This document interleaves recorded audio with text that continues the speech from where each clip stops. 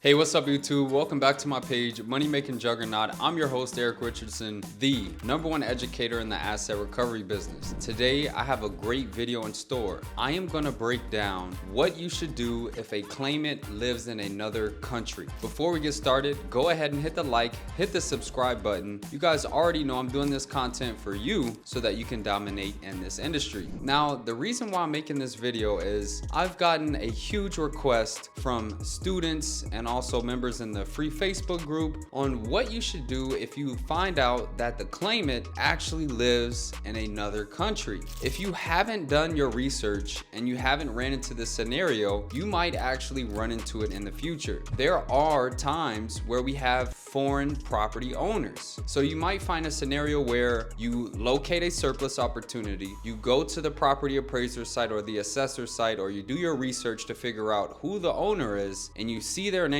and then you see the mailing address and it says that they live in like the United Kingdom, or they live in China, or they live in Argentina, or just anywhere else that's not in America, and you're like, how in the world am I supposed to find these claimants? Well, there's a few things. For starters, these other countries do not have public information and records like we do in America. You can perform skip tracing and identify somebody's phone number, somebody's social media, somebody's mailing address, email address. These other countries have different privacy laws. So unfortunately, there is not a skip tracing site that handles these foreign individuals. Typically, skip tracing is just America. But you can do further research to find them, and I'm going to give you some tips. The first place where you should be checking this client is going to be Facebook. Even if they're in another country, chances are they have a Facebook account. So make sure that you go ahead and search the claimant by their name and then specify it by the city and then the state. There are some times on Facebook in which you can also search by the country, okay? That can help you narrow down your results on exactly who that claimant is. So if we have a John Smith that's in London, we want to make sure that we can target him opposed to the John Smith that's in Arkansas. All right, so Facebook is going to be the first place where I would be searching for these individuals. The next thing is going to be Google.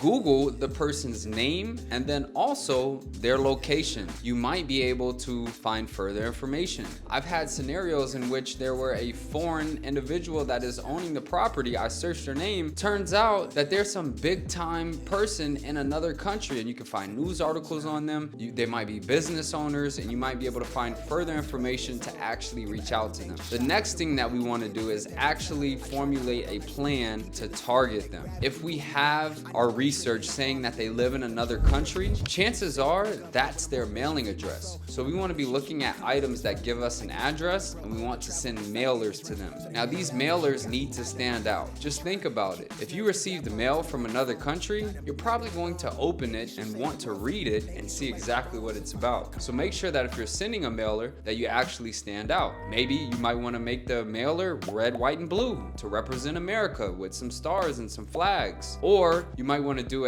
just a different color, something to stand out that is forcing them to want to say, wow, what is this mail that I received from America? Let me go ahead and open this and see what this is about. Of course, in our template, you can use the mailer template that's provided in the course. You're basically giving them details on the property that was sold, the date of the sale, how much they owed, what the potential surplus is. We're going to reference state statutes. You're going to give them your company's information so that they can understand and verify that this is legitimate. So sending mailers to their address in a foreign country is going to be your best bet of getting a hold of them. Social media is great through Facebook, maybe even LinkedIn, maybe even Twitter, or even Instagram. But when it comes to actually calling them, you might run into an issue when it comes to being able to dial them. So I recommend actually taking that phone number. If you do some skip tracing or you find a phone number, plug it into WhatsApp and see if they pop up there. Now, once we have located a claimant, we've sent them over details and we're ready to sign them up, they need their paperwork signed and notarized. How can somebody in another country get their documents notarized? Well, we have two options. Guys, they can go to a local embassy and they can get their documents notarized, or you can perform an online notary. These are two options that you guys can use and that will be necessary necessary in order for you to file a claim. So hopefully you guys can take these steps, find these other individuals that are living in these other countries, and still proceed with the claim. If you're interested in learning step by step exactly how to do this business from somebody who's been doing it since 2018, go ahead and check the link in the description. Use the code TAKEACTION. You'll receive $100 off, and I'm looking forward to helping you out.